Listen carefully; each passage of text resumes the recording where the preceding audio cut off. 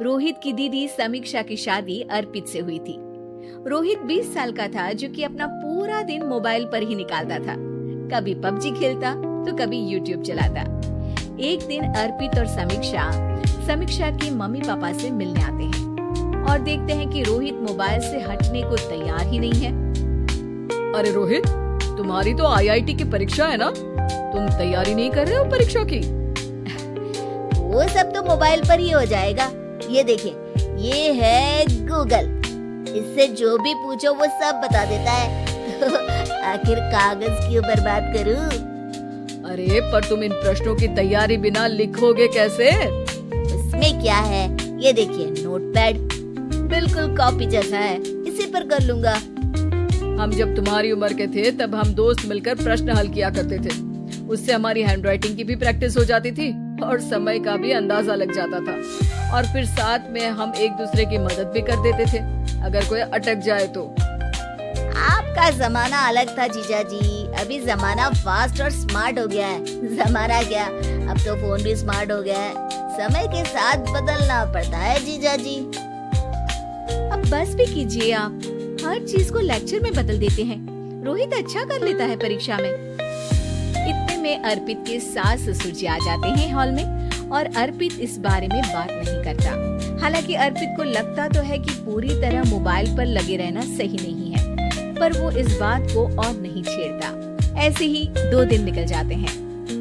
समीक्षा, मुझे काम से फोन आया था, मुझे वापस काम पर लौटना पड़ेगा। पर हमें आए हुए तो 2 ही दिन हुए हैं, अभी चले गए तो माँ और पापा को अच्छा नहीं लगेगा ना। अच्छा ठीक है, तुम रुक जाओ, मैं काम खत्म करके फिर लौट आऊंगा। एक काम कीजिए ना, परसों रोहित भी परीक्षा के लिए निकलेगा, आप उसी के साथ निकल जाना। दोनों वैसे भी बात नहीं करते, साथ में जाएंगे तो हो सकता है आप लोग आपस में बातचीत भी करने लग जाओ। ठीक है, मैं काम को 2 दिन टाल सकता हूँ। उसी रात जब सब खाना खाने बैठे थे तो अर्पित अपने जाने की खबर बाकी लोगों को बताता है। मुझे काम के लिए वापस जाना होगा। अरे बेटा, पर अभी तो तुम आए हो, इतनी जल्दी चले जाओगे? नहीं माँ जी, समीक्षा यहीं रहेगी और मैं जल्दी काम खत्म करके वापस आ जाऊंगा। ठीक है, काम भी जरूरी है। वैसे कब निकलोगे बेटा? 2 दिन में। मैंने सुना है कि उस दिन रोहित को भी परीक्षा के लिए जाना है, तो कल मैं दोनों की टिकट करा लेता हूँ बुक। मेरी टिकट रहने दीजिए जीजा जी, मैं तो फोन से ही करवा लूंगा। हाँ, पर कोई दिक्कत हो गई तो? अरे कोई दिक्कत नहीं होती जीजा जी, फोन सब कर सकता है। हमारे फोन के रिचार्ज से लेकर टीवी का रिचार्ज सब रोहित यही फोन से बैठे बैठे कर देता है। अब ये नई चीज तो हमारे समझ के परे है, पर अच्छा है कि रोहित जानता है। हमारी मेहनत इतनी कम हो गई भाई। हाँ, पर अगर टिकट नहीं मिली तो? अर्पित की बात पूरी होने से पहले ही बिजली चली जाती है। अरे ये क्या हो गया, आपने बिजली का बिल भर तो दिया था ना? अरे नहीं, मैं तो भूल गया था। अरे टेंशन मत लो माँ। देखा जीजा जी, आप बिजली का बिल भी भर सकते हो, समय बदल गया है। एक बार फिर अर्पित इस बात पर बहस नहीं करता। अगले दिन जाकर अपनी टिकट करवाता है और पैकिंग कर रहा होता है जब शाम को अचानक से रोहित के चिल्लाने की आवाज आती है।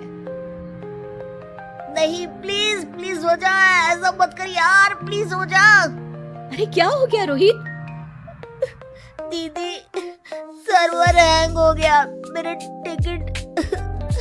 टिकट नहीं हो पाई दीदी। क्या मतलब टिकट नहीं हो पाई? इतने में वहाँ रोहित की मम्मी और पापा भी आ जाते हैं। अरे क्या हो गया? माँ, मेरा टिकट नहीं हो पाया, सर्वर डाउन हो गया। अरे पर तूने तो बोला था कि हो जाएगा। हो जाता है, पर अब क्या करूँ, ये क्या हो गया? अब कल की तो कोई बस भी नहीं है, ना ही अब टिकट मिलेगी ट्रेन की कल के लिए। मुझे तो कोई रास्ता नहीं दिख रहा। अब फिर लगता है मेरा ये साल बर्बाद हो जाएगा। घर पर एकदम से दुख का माहौल छा जाता है और सब रोहित को डांटते हैं, पर इतने में अर्पित वहाँ आ जाता है। आप सब रोहित को क्यों डांट रहे हैं? आपने ही तो उसे बढ़ावा दिया था ना। लेकिन इसकी लापरवाही के कारण इसकी परीक्षा छूट जाएगी। इसने तो हमसे कहा था कि टिकट हो जाएंगे। हे भगवान, अब क्या होगा? चिंता करने की कोई बात नहीं है। मैंने एक एक्स्ट्रा टिकट करवा ली थी।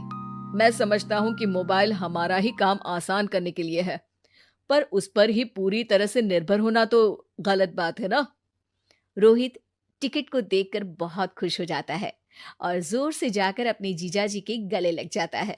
सॉरी जीजाजी, मुझे आपकी बात ध्यान से सुननी चाहिए थी, पर थैंक यू सो मच। हाँ बेटा, तुमने तो इसका भविष्य बचा लिया।